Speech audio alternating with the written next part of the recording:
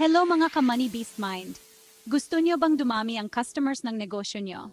Nako, tamang-tama, nandito ka sa tamang lugar.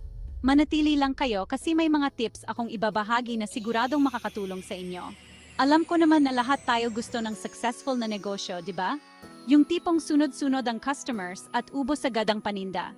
Kaya kung ready ka ng i-level up ang negosyo mo, tara na at simulan na natin to. Alam niyo mga ka-Money Beast Mind, napaka-importante ng branding sa isang negosyo. Parang ito yung magiging tatak mo yung magpapakilala sa'yo sa mga tao.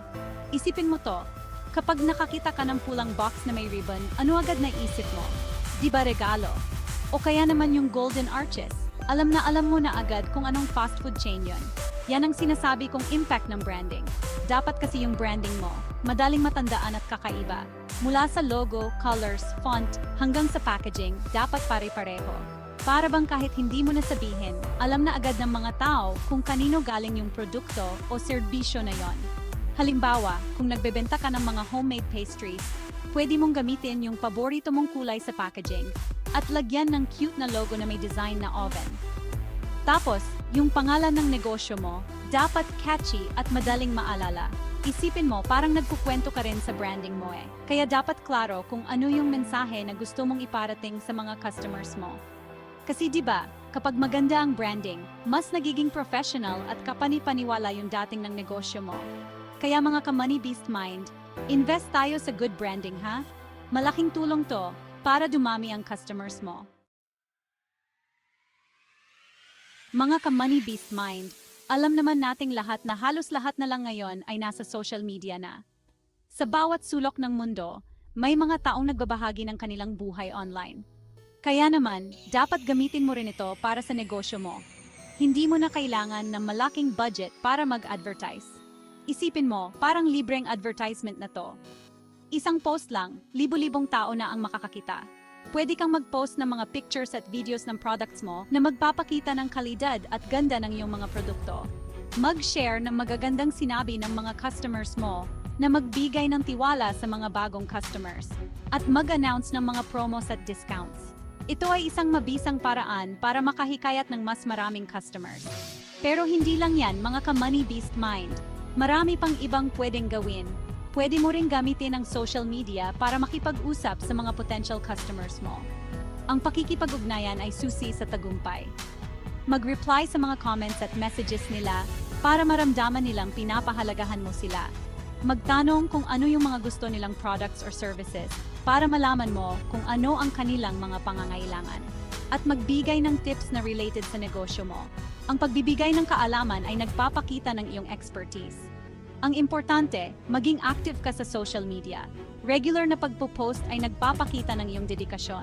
Kasi kapag nakikita ng mga tao na active ka, mas magiging interesado sila sa negosyo mo. Ang engagement ay nagpapakita ng iyong pagiging updated. Parang feeling nila, updated ka sa mga latest trends at nag-e-effort kang makipag-connect sa kanila. Ang pagiging in tune sa trends ay mahalaga. At alam mo ba kung ano pa ang maganda sa social media? Marami itong features na pwedeng gamitin. Pwede mong piliin yung specific audience na gusto mong ma-reach. Ang targeted ads ay napaka-epektibo.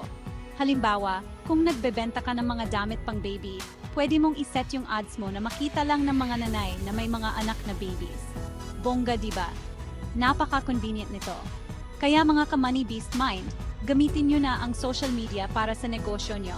Huwag nang mag-atubili. Laking tulong to para mas makilala ang brand mo at dumami ang customers mo. Ang social media ay susi sa tagumpay ng iyong negosyo. Alam niyo mga ka-Money Beast Mind, isa sa mga sikreto sa successful na negosyo ay ang excellent customer service. Hindi lang ito tungkol sa pagbebenta ng produkto o serbisyo, kundi pati na rin sa kung paano mo pinapahalagahan ang bawat customer. Kasi naman, kapag masaya ang customer mo sa serbisyo mo, siguradong babalik at babalik yan sa'yo. At hindi lang yan, magiging loyal pa sila sa negosyo mo. Isipin mo, parang naging suki mo na siya, at hindi lang yan, pwede ka pa niyang ikwento sa mga kaibigan at pamilya niya. Ang bawat masayang customer ay potential na magdala ng bagong customer sa'yo. Imagine, word of mouth marketing na yan, mga ka-Money Beast Mind. Libre na, epektibo pa. Pero paano nga ba magbigay ng excellent customer service? Ano ang mga hakbang na dapat mong gawin? Una sa lahat, dapat lagi kang friendly at madaling lapitan. Ang unang impression ay mahalaga, kaya't siguraduhin mong maganda ang pakikitungo mo sa kanila mula sa simula. Maging mahinahon sa pakikinig sa mga concerns nila, kahit na minsan medyo demanding na sila. Ang pagiging patient at understanding ay malaking tulong. Pangalawa, siguraduhin mong maganda yung quality ng products or services na ino-offer mo. Ang kalidad ng produkto o serbisyo ay direktang nakakaapekto sa satisfaction ng customer. Kasi kung maganda yung quality, mas magiging masaya ang customers mo at wala silang masyadong reklamo. Ang mga satisfied customers ay mas malamang na magbigay ng positive feedback. Pangatlo, maging mabilis sa pagsagot sa mga tanong nila. Ang mabilis na pagtugon ay nagpapakita ng respeto at pagpapahalaga sa oras ng customer. Huwag mo silang paghintayin ng matagal bago mo ma-replyan. Ang mabilis na serbisyo ay nagdudulot ng magandang karanasan sa customer. Kasi 'di ba, nakakainis din naman yung feeling na parang hindi ka pinapansin. Ayaw natin na maramdaman ng customers natin 'yan. Pang-apat, magbigay ka ng personal touch. Ang personal na pakikitungo ay nagdudulot ng mas malalim na koneksyon sa pagitan mo at ng customer. Halimbawa, pwede mong tawagin ang customers mo sa pangalan nila, magbigay ng thank you card o kaya naman magregalo ng freebies. Ang mga simpleng gestures na ito ay may malaking impact. At panghuli, always go the extra mile. Huwag kang matakot na magbigay ng extra effort para sa ikasisya ng customer. Kung may magagawa ka pa para mas maging masaya ang customer mo, gawin mo. Ang extra effort na ito ay magpapakita ng iyong dedikasyon. Kasi yung mga ganitong gestures, hindi nila makakalimutan at siguradong babalik-balikan nila. Ang mga loyal customers ay susi sa pangmatagalang tagumpay. Kaya mga ka-money beast mind, tandaan nyo ha? Ang bawat effort na ibinibigay mo ay may katumbas na reward. Excellent customer service is the key to a successful business. Huwag kalimutan na ang bawat customer ay mahalaga. Aminin natin mga ka-money beast mind, lahat tayo mahilig sa discounts at promos. Hindi ba't nakakatuwa kapag nakakatipid tayo? Kaya naman, effective itong way para dumami ang customers mo. Ang mga tao ay natural na naaakit sa mga bagay na may kasamang diskwento. Isipin mo, sino ba naman ang hindi mapapabili kung may sale, di ba? Kahit na minsan, hindi naman talaga kailangan. Basta't may sale, parang biglang kailangan na rin. Kahit na hindi naman talaga kailangan, basta't may discount, parang biglang kailangan na rin. Ang mga tao ay nagiging impulsive buyers kapag may nakikitang malaking bawas sa presyo. Maraming klase ng promos at discounts ang pwede mong gawin. Pwede kang mag-experiment at tingnan kung alin ang pinaka-effective. Pwede kang mag-offer ng buy one, take one, libreng delivery, bawas presyo, o kaya naman loyalty programs. Ang mga ito ay nakakatulong para bumalik ang mga customers mo. Ang importante, madiskarte ka sa paggawa ng promos at discounts. Kailangan mong pag-isipan kung ano ang makakaakit sa iyong target market. Halimbawa, kung malapit na magpasko, pwede kang magkaroon ng Christmas sale. Ang mga tao ay mas handang gumastos tuwing holiday season.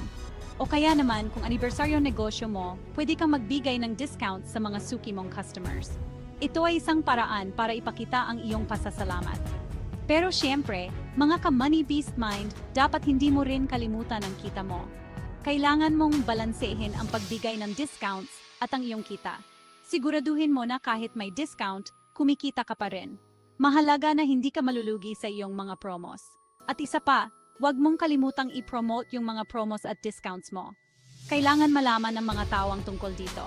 I-post mo sa social media, mag-send ka ng email, o kaya naman maglagay ka ng tarpaulin sa labas ng tindahan mo.